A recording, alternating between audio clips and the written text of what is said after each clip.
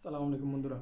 বর্তমান সময়ে বাংলাদেশের মধ্যে কিছু ইনফ্লুয়েন্সার আছে যারা তাদের অডিয়েন্সদের এমনভাবে ব্রেন ওয়াশ করে, যখন সেই ইনফ্লুয়েন্সার ভুল করে বা কোনো দোষ করে, ও তার অডিয়েন্সরা এটা মেনে নিতে পারে না। যেমন আমি এক্সাম্পল দিই, রিসেন্টলি যে বিষয়টা ভাইরাল বেশি হচ্ছে বাংলাদেশের মধ্যে, রাফসানদার ছোটো ভাইকে নিয়ে। তার ফ্যামিলি আজ থেকে 3-4 বছর আগে 2 কোটি টাকা লোন নেয়, যেগুলো বর্তমান সময়ে ইন্টারেস্ট সহ 3,15,00,000 টাকা মতো ওদের আসছে, ব্যাংক থেকে লোন আসছে।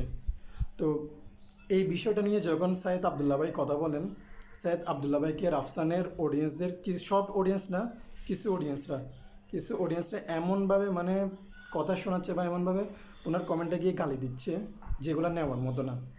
আচ্ছা, সাইদ আবদুল্লাহ ভাইয়ের ভিডিওগুলোর মধ্যে আপনারা একটু করে দেখেন, উনি কি রাফসানের আব্বুকে গালি দিছে, নাকি ওনার আম্মুকে গালি দিছে, নাকি রাফসানকে গালি দিছে? উনি শুধু যে ভুলটা ওরা করছে ওইটা ধরিয়ে দিছে। এইখানে তো এত করার কোনো বিষয় হয় না।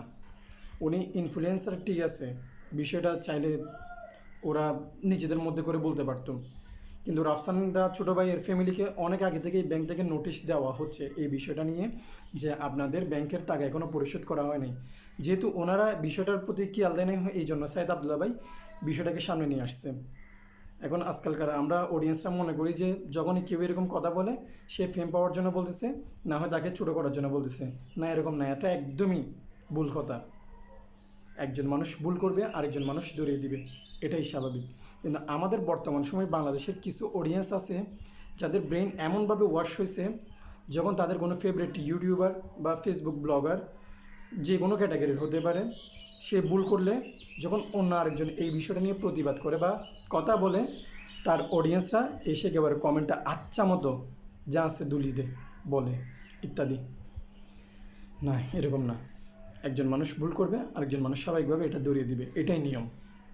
কিন্তু বর্তমান সময়ে আমাদের ব্রেন এমনভাবে ওয়াশ করা হয়েছে যে আমরা আমাদের যে ফেভারিট ইউটিউবার থাকে, ব্লগার থাকে, আমরা তাকে একেবারে মাথার উপর তুলে রাখি। আমরা মনে করি সে ভুল করতে পারে না। যেমন ফর এক্সাম্পল আপনি রাফসান ভাইটাই দেখে নেন, উনি যে একটা রিপ্লাই ভিডিও দিচ্ছিল, রিপ্লাই ভিডিওর মধ্যে কত ধরনের যে বাজে কমেন্ট পড়ছে, ওই ভিডিওর কমেন্ট সেকশনে গেলে আপনারা বুঝতে পারবেন। উনি রিপ্লাই ভিডিওটা মূলত নিয়ে আসছিল ওনার যে ইস্যুটা আছে ওটা ক্লিয়ার করার জন্য।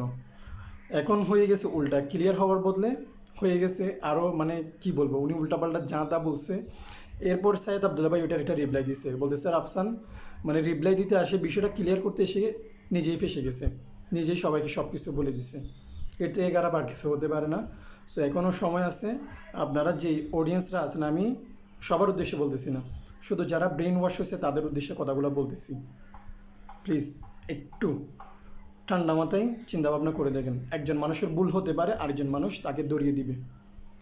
আমার কথা হচ্ছে সাইদ আবদুল্লাহ ভাই তো গালি দেয় নাই, কাউকে গালি দেয় নাই, উনি জাস্ট বিষয়টা নিয়ে কথা বলছেন, এতটুকুই।